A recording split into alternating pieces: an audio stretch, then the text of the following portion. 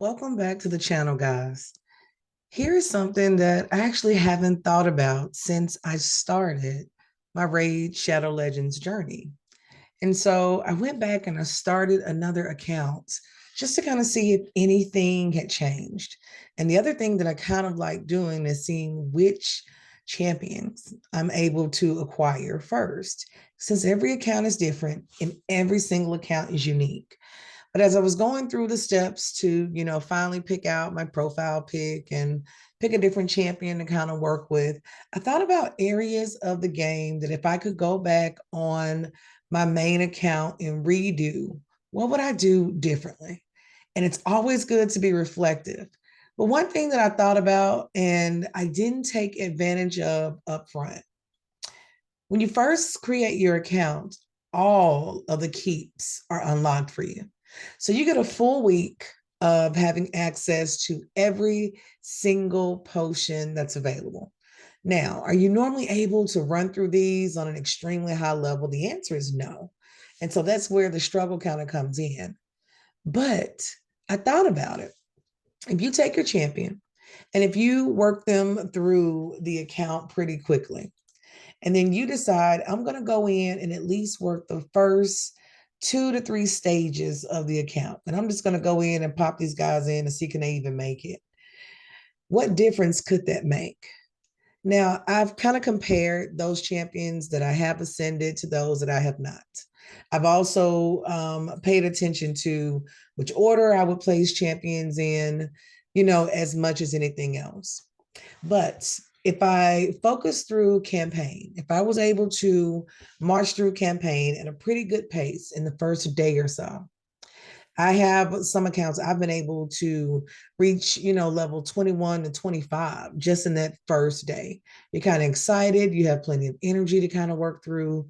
But if you took that time to visit each keep and continuously work through the remainder of that energy. And guys, I mean, sometimes depending on when you're coming into the game, you are easily hitting 800 to 1200 units of energy. And as you move through the game, the further you go in, you realize you don't have that much energy available to you at all times, unless you are either going in and purchasing packs or you are really working through challenges on the side. And still, I will run out of energy, I will run out of silver, I will run out of gems. But if I focus on the keep at the very beginning, what difference would it make? Here's another question. I particularly like to focus on masteries for my champions first. And so for one of my free to play accounts, I am very much sticking to you will only build 2 champions. Those first initial 2 that you have, you will focus yourself with those champions and then you'll move forward. And that's kind of what I'm doing on this account. I've had Kale before, and you guys can see there is no love in the artifact region. We've got a couple of items we can go in here and kind of play with, but these are the same items that you're going to get all the time. And so what I'm actually going to do for him, and there's nothing on Sniper, I'm going to go in and upgrade these as much as I can. If it's a 4-star, I will take it to level 8. If it's a 3-star and below, I will only take it to level 4, because of course the goal is for me to be able to either craft or pull better artifacts. And that's one of the ongoing things, even with my account that's over level 50 at this point. It's really easy to forget the amount of time, the amount of energy that has to go into your account when you are free to play.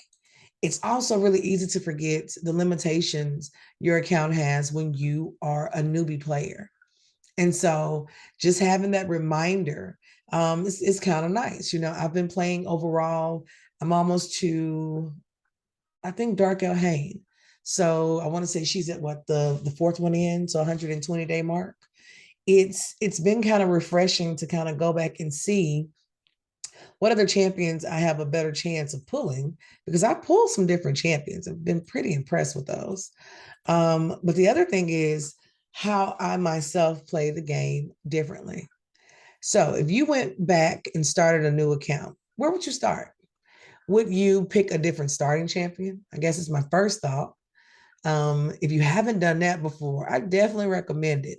It changes the way you really approach gameplay. The other question probably would be, would you maintain and keep the same champions that you've kept before? For example, all of us receive Sniper as our second champion, no matter who you pick. And Sniper is kind of one of those. I've had an account where I actually used her at a later period as food, and I regretted it. I did. I am so attached to Sniper, but I was so excited when I pulled her again. Have pulled her several times before. So if you ever get rid of your Sniper because you just feel like I've got to upgrade this champion, I need this level of champion to use, and you end up using her, I promise you she's going to come back around. The same thing can be said for War Priest. On my initial account, it was really difficult for me to let go of War Priest. And I realized it's because the champions you start with are normally the champions that you're going to be most attached to. And that's kind of what that one was focused around as well. And so I'm just going through because normally there's such a rationale behind everything: champion position, artifacts that are placed there, enchantments that you may have. But when you don't have access to so many areas of the game, you realize your focus can really hone down. It can really, pinpoint itself on areas of the game that you haven't probably taken the time to evaluate. So, how has your gameplay changed? How has your approach changed? And that's the good thing about Raid Shadow Legends. As they continue to add events, tournaments, and champions, it allows you to ask yourself so many questions. And as I'm sitting here this morning, just going through and doing some early layouts for champions, I just had to really stop and think about all the changes an account can experience. Looking at my little number, and I know Crusader and War Priest will be sacrificed in the end of this. I know that there are other champions that will be pulled for this account that are so much stronger than what's here. But I also value these champions for where they are and what they're doing. So it's always a difference. There's always a reason, I think. And even when you're looking at champions and resources, how far are you willing to go?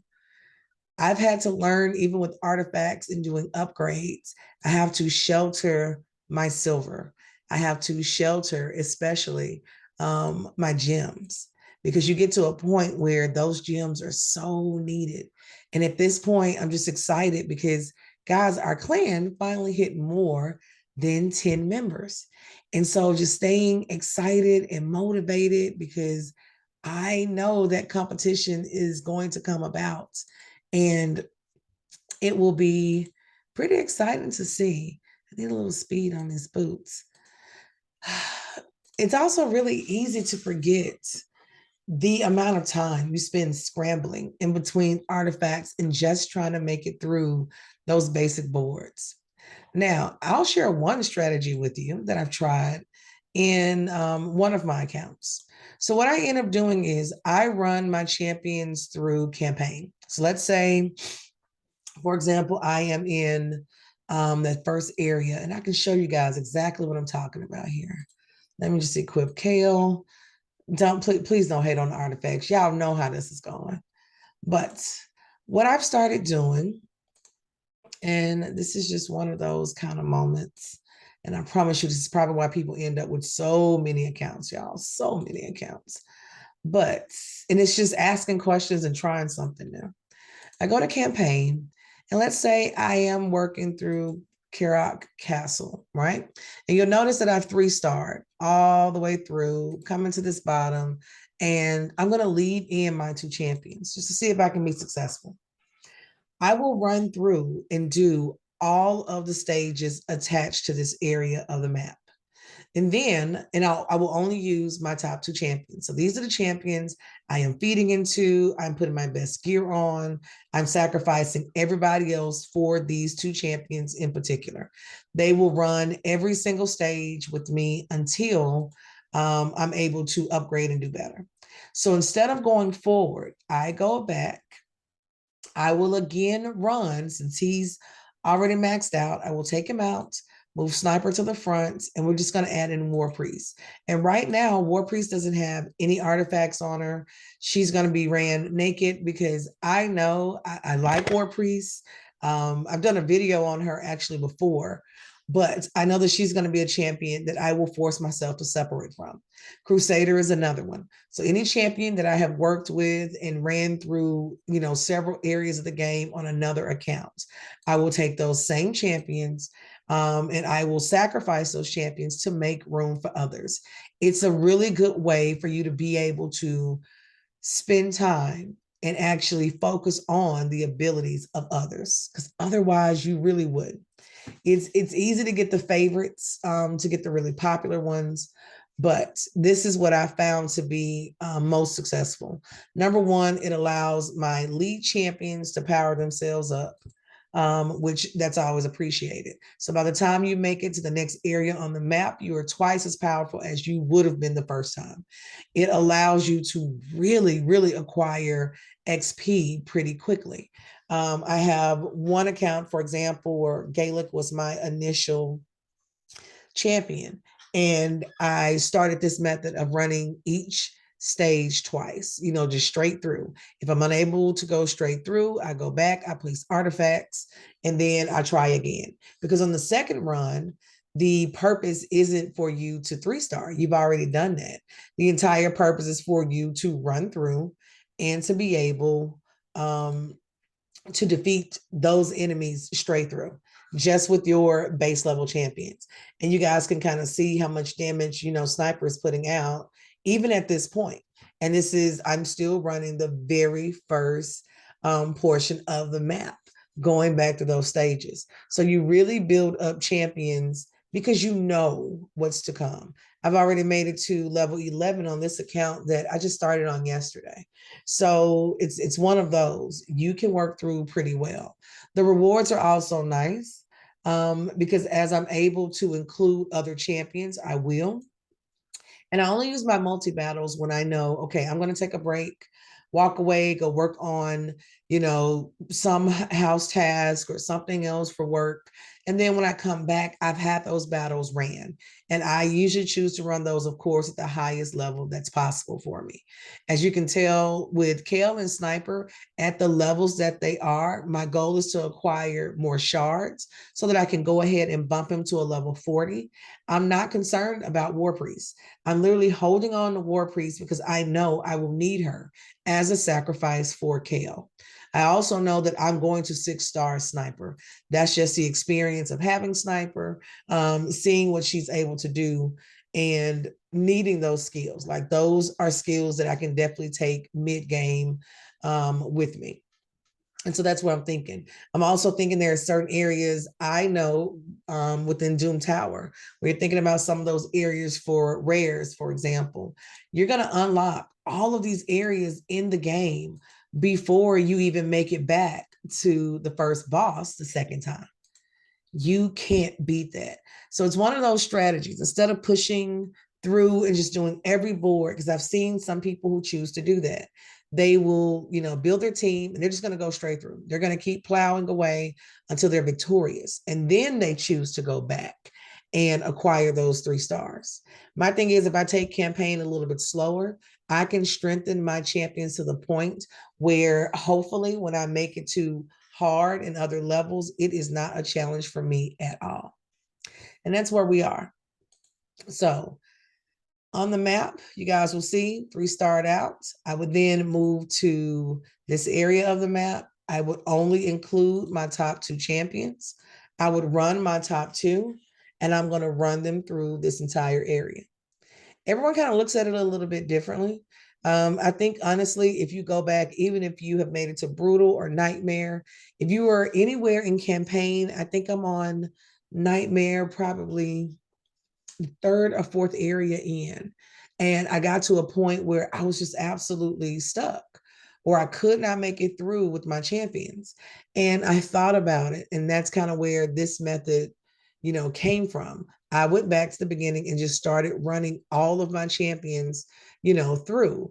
I also choose if I'm only, let's say I have six starter champion, I'm trying to get them back up to level 60. So, you're moving them back up. I run them through campaign instead of necessarily through keeps or dungeons. The XP that's received is going to be a lot better. Spider is not my favorite area. It's not my strongest area. I know that I have champions that should be able to go through and solo in Spider. I've definitely seen that online, but I haven't acquired the artifacts or I haven't mastered them and kind of worked them out to the point where a spider becomes a favorite place for me to kind of campaign, like kind of farm. So I'm not a big farmer in that area. I only go to those dungeons in particular just to advance in level. Now, Minotaur's area, I will farm that repeatedly. You will have to if you plan on fully mastering out your champions. It can definitely be worth it. So I know it's been a lot of strategy on this one, but just kind of wanted to see where you guys are. Sometimes you need a reminder of how far you've come. So starting over with a fresh account is a really, really great way to have that happen. But let me know, where are you guys in your account? What are some things that you would change or you've been working on in particular? How do you feel overall when it comes to the new game? Last but not least, if you have not, go ahead and join us, guys. 22WK for Clan. We would love to have you guys. Really, really excited for the next Clan Be Clan. I think it'll be awesome. We're up to 17 members, so we definitely, definitely have room for more. And I will see you guys in the next video. Have a good one.